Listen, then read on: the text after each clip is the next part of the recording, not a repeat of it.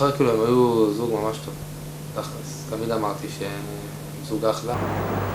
אחרי זה יצאנו, נקראנו לצחוק שם, ואז שמתי לב כבר לצחוק שלו. היה לו את הצחוק הכי מגניב בעולם. ומאז, תוך 3 שבועות החלטנו שזהו. כאילו לא יודע, הוא לא בקטע של סטוצים, הוא לא בקטע של ללכת לבחורה מפה, יום שישי הזה עם בחורה אחרת, בחורה גבוהה היה לו הרבה שנים תנת.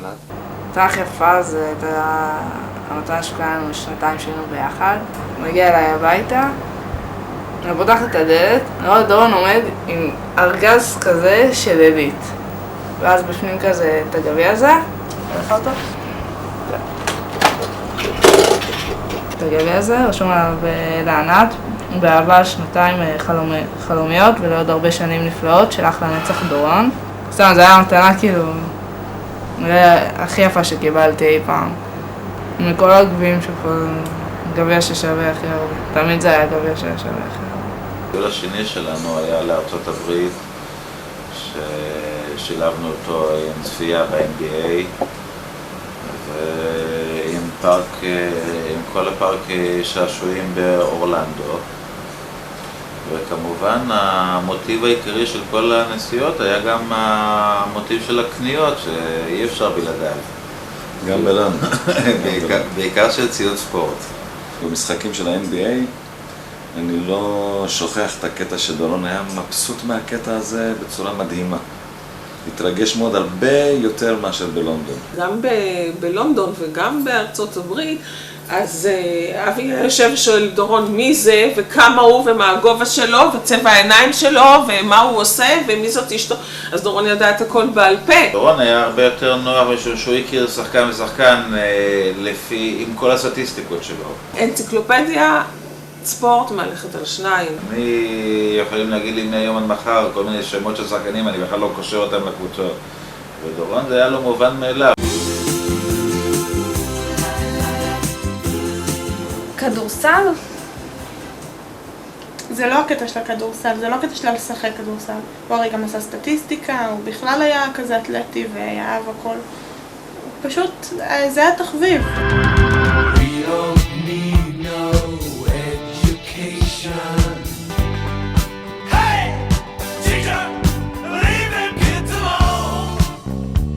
אז אני פגשתי את דורון בכיתה י' וליוויתי אותו עד סוף י"ב.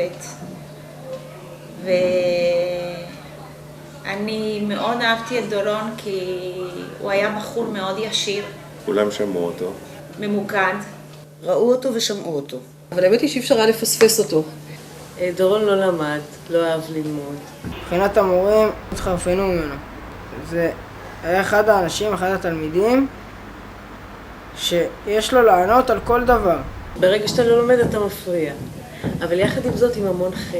הוא היה יושב על יד בחורה למשל, ומדבר איתה וצוחק איתה. אני יודעת שבכיתה היו קטעים והוא לא תמיד התנהג כמו שצריך. ודורון הוא אחד כזה שהוא תמיד צודק, לא יעזור בכלום. הוא אמר תמיד את מה שהוא חושב למורים, לגננות, בבית ספר. אז כל השיעור זה היה, הוא מוציא זורק איזושהי הערה, אנחנו מוציאים איזושהי הערה, וכאילו ככה השיעור עובר בכיף. הוא כזה, אבל מה עשיתי? הוא אמר תמיד מה שהוא חושב, עד גבול של חוצפה. הוא ידע לשים גבולות.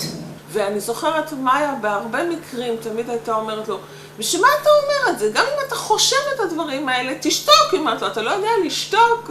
תמיד היה מאוד ככה חשוב לו העניין של צדק בכל דבר. ללמוד לא היינו לומדים. היינו לומדים בחאווה כזה. הוא הצחיק את המורים, הוא שיגע אותם. היינו באים לשיעור להעביר את השיעור כאילו בצחוק, בכיף. והם תמיד אהבו אותו, זה לא קטע של התלמיד שמעצבן ולא אוהבים אותו. מאוד חיבבתי אותו. הערות מחוכמות ביחס לטקסט. בדרך כלל היה דורון עם ההערות הראשונות. תמיד היה לו משהו להגיד, ראשון. הוא כן התחצף אליי בצורה די חריפה, ואני הזמנתי ועדת משמעת. ואני אמרתי שאני הרגשתי שזה בא מתוך אי כבוד מוחלט מצד דורון. ואז הוא פרץ בבכי ואמר, אייבן זה המורה שאני הכי מכבד בכל הבית ספר. זה היה רגע מאוד מאוד מרגש. מסוג התלמידים שהיה רץ לקבל את פניי ולהציע לי לסחוב את התיק תמורת כמה נקודות בציון.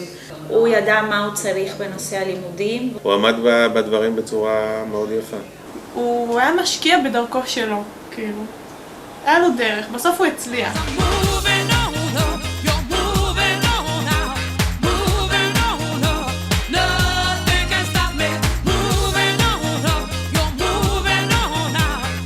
אני פשוט זוכר את היום שהתעקשתי עם מרסלו, הרכז החינוך גופני בקריית שרת, שהוא מחויב לשלוח נציגים מקריית שרת לקורס סטטיסטיקה. מרסלו סגן המנהל בא ואמר לו, תבוא, אתה הופך להיות סטטיסטיקאי. יום בהיר אחד בבוקר, אני ונוח לקחנו את האוטו, אספנו את דורון ומתן, ואני חושב שזה אחת הנסיעות, גם הנסיעה הלוך וגם הנסיעה חזור, אחת הנסיעות הכי מצחיקות והכי מעיינות שהיו לנו. כמה כוח יש לך בתור סטטיסטיקאי? שעכשיו אני מסתכל ואני אומר, סטטיסטיקאי, אתה יודע, אתה כמו מלך. אתה חי כמו מלך. היה לנו מטרה מול העיניים, להיות הזוג סטטיסטיקאים הכי טוב בארץ. אנחנו פיתחנו את התוכנה עמית לכדורסל לזכרו של בני עמית. אחד הצוותים המאוד מקצועיים זה הצוות של דורון ומתן. אם הייתי צריך צוותים לביצוע סטטיסטיקה לנבחרת ישראל או לקבוצות אחרות, אם זה באוסישקין, אם זה ביד אליהו, הצוות הראשון שעלה בעיניי זה הצוות של דורון ומתן. כנראה הם הרימו לו טלפון ראשון, אמרו לו זה, הם עולים לי טלפון, אומר לי מתן, שמע, קיבלנו הצעה ללכת למכבייה. אני בטלפון, דקה לא מסוגל לדבר. אומר, מה? אחרי דקה אני אומר לו, תגיד לי, מה אמרת? כאילו, לאן? אז הוא אומר לי, למכבייה. אני אומר, מה מכבייה? הוא אומר לי, עושים מכביית הנוער, רוצים שאני אלך בתור זוג סטטיסטיקאים. זה היה פאן לא נורמלי, זה לבוא ולראות ילדים בני 16 עם נבחרת ארצות הברית, הופכים לך דנקים, שאתה לא רואה בליגה ישראלית. דורון אהב מאוד ספורט, ואהב מאוד כדורסל. היה בחור אחראי בצורה בלתי רגילה. הוא היה ממש מתאים גם מבחינת שחקן וגם מבחינת סטטיסטיקה, ואני ממש אהבתי אותו ואני אוהב אותו, ואני מתאר לעצמי שהוא ועמית למעלה מדברים ואולי צוחקים על הרעיון שלנו. דורון נפל בפעילות מבצעית בעזה ב-23 בפברואר שנה זו, והחל מהשנה החליטה התאחדות הספורט לבתי הספר בשיתוף המשפחה על הענקת פרס לצוות הסטטיסטיקאים המצטיין שיקרא על שמו של דורון. וביום חמישי אני מגיע למשחקים, לטקס, וזו פעם ראשונה שאני יושב בצד ואני לא עושה סטטיסטיקה. ואני נכנס למעלה, אני רואה את משה, אתה יודע, זה חיבוקים, מה נשמע, ולא ראיתי אותו גם הרבה זמן. ואז הוא אומר לי, מה באת לעשות סטטיסטיקה, ואתה יודע, ואז זה פתאום צעקים ללב, ואני מסתכל הצידה, אני אומר לו, חסר לי פה בן אדם שיעמוד לידי. אנחנו מקווים שהמורשת של דורון תהיה נחלתכם, מצפים שתעבירו את המורשת והאהבה לספורט לחברים ולצעירים מכם, ומאחלים לכם הצלחה רבה בהמשך הדרך. ודורון היה הכי חשוב, משפחה וחברים.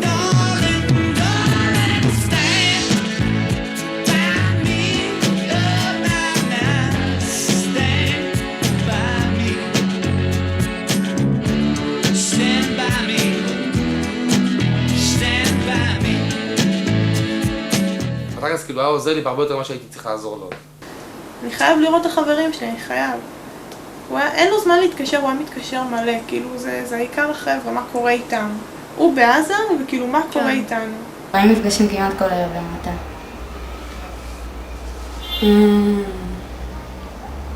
לא, דיברנו על הכל, כאילו באמת אם יש בן אדם שידע עליי הכל, וזהו. דורון ידע להקשיב. אין, כאילו שיחות נפש איתו, פשוט ככה. אולי באמת ההקשבה שלו, העזרה שלו.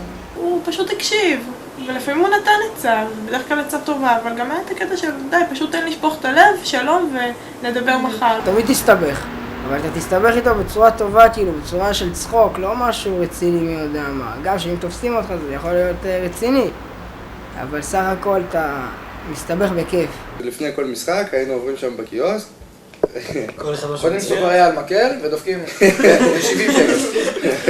דורון היה אוהב לשים בכיס כמה דברים. האמת שהוא היה הכי בסדר, באמת, הוא היה הכי בסדר מכולם. עם כל המקדונלד היה לי איזה טאקלים וריבים וכל מיני כאלו, אבל איתו לא היה לי. תמיד היה עף לנו, בקופות פתאום עף לנו מלפון חמוץ ככה לראש באמצע שום מקום, מסתובבים עם דורון די. אני מסתובבת למטבח להגיד להם מה אני רוצה. השתי פרודים האלה עומדים לי במטבח ורוקדים שירי ילדים עם פנומות וזה, ואני כזה, עדי, דורון, כחזמנות, והם ושלהם רוקדים וזה. אז קיבל עובד מצטיין. וואלה? אני אפילו רשמתי את השלט. מצטיין ריבוני, דורון לב. ויום אחד בדליברי, הוא הלך לאחד המשטחים והמשטח נפל לו על הרגל. וואי, זכור שהוא צעק אמרו לי. כמה ימים אחרי שנפל לו המשטח על הרגל היה צריך להיות לנו ביקורת של כל המנהלים וזה. עכשיו כולנו מקבלים פרויקטים, פתאום דורון כזה נכנס מהדלת עם הכפכפים, תחבושת כזה על האצבע וכולו עם חיוך כזה. כאילו אתם ניקיתם, אני פה וזה. תמיד הייתה לו חברה אבל. תמיד דורון היה תפוס.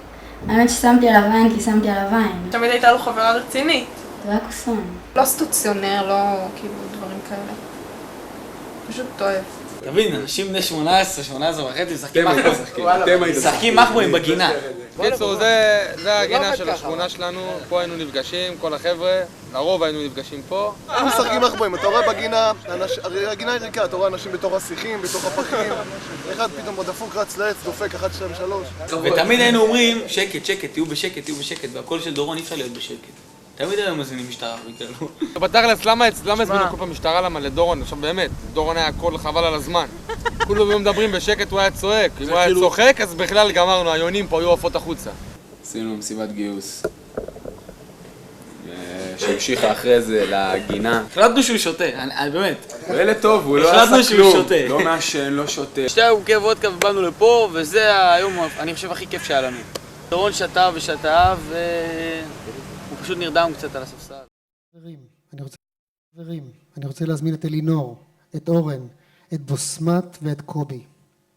אחי היקר דורון, אני רוצה להגיד לך שאנחנו אוהבים אותך, מתגעגעים אליך, ושלא עובר רגע מבלי שנחשוב עליך.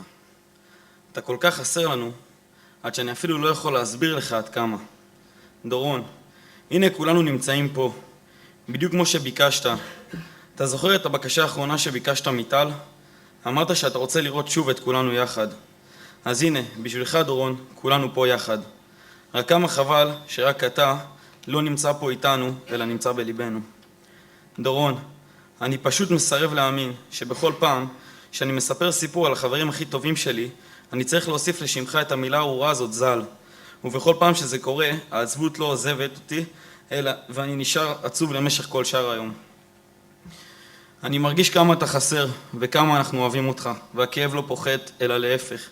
ככל שחולפים הימים, הכאב גודל ומתעצם יותר ויותר. דורון, הייתי נותן את הכל, רק כדי לשמוע את הצחוק שלך פעם נוספת, כי כשאתה צחקת כולנו צחקנו, והצחוק המתגלגל שלך לא יוצא לי מהראש. וכל כך חבל וכואב, שכשאני נזכר בצחוק שלך עכשיו, אני כבר לא צוחק, אלא מזיל דמעה. אני יודע דורון, שלא היית רוצה לראות אותנו בוכים, כי כשאחד מאיתנו היה עצוב, אתה היית צוחק, והיה לך הכוח להפוך כל עצב לשמחה.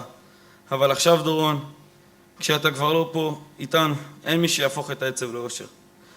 לבסוף אחי יקר, אני רוצה להישבע לך שלעולם, לעולם לא נשכח אותך. אני נשבע לך שתמיד תהיה לך פינה בליבנו, וזכרך יישאר וילווה אותנו לעד. שלום לך אחי יקר, יהיה זכרך לעולמי עולמים. רציתי לדבר על מה שמשותף לכולנו פה. כולנו חברים של דורון, כולנו אוהבים אותו. אני בטוחה שלכל אחד מכם יש זיכרון מדורון, זיכרון שגורם לו לחייך. בשבילי דורון היה סיבה לחייך. דורון הוא קודם כל חבר טוב, נאמן, אמיתי, אמיץ ואוהב. הוא היה כזה לכולם, גם למשפחה שלו. הוא החבר הכי טוב של אבא שלו. יש פה הרבה אנשים שמגדירים את דורון כחבר הכי טוב.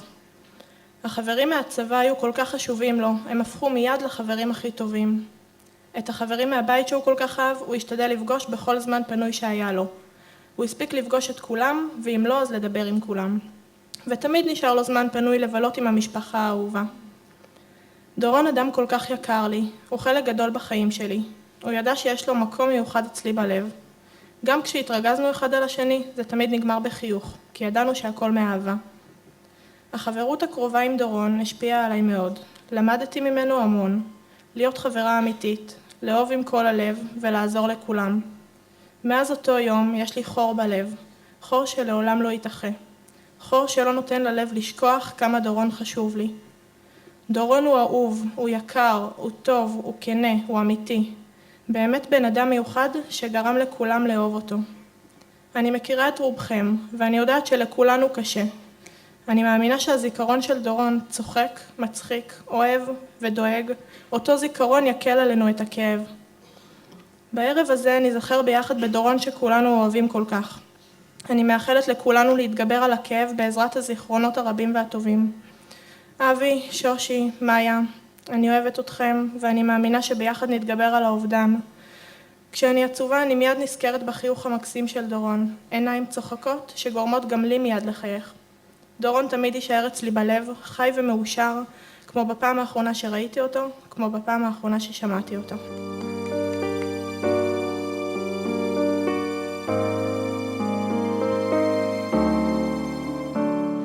שוב, כמו מקיץ אל חלום, מתחמק מן האור, מגשש בין כתליי החזון, ערפילי כחלב, כשל חולם מאוכזב, עמך ותשונה, אל תבכה, אני בוכה בשבילך, אל תפנה, אני אצעד בשבילך, עד כלות רגלי בכל אי, עד אפול וגופי שבור, למרגלות הנהר העכור.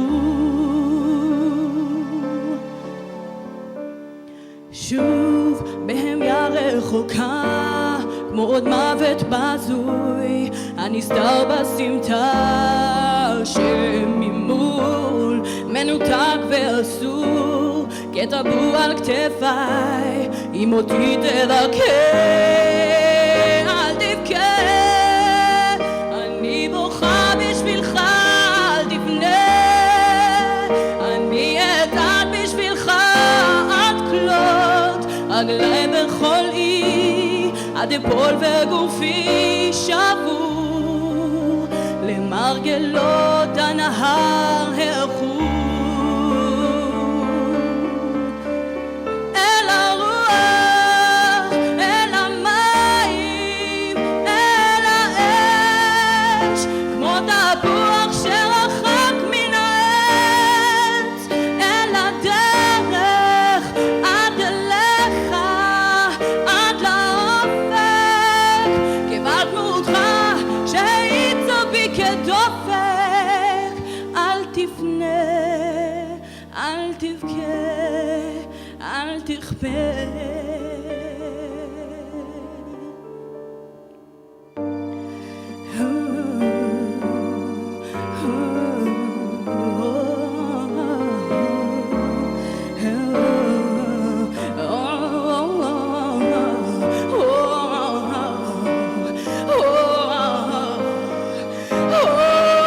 אל תבכה, אני בוכה בשבילך, אל תפנה, אני אתעד בשבילך, עד כלות רגלי בכל אי, עד אפול וגופי שבור, למרגלות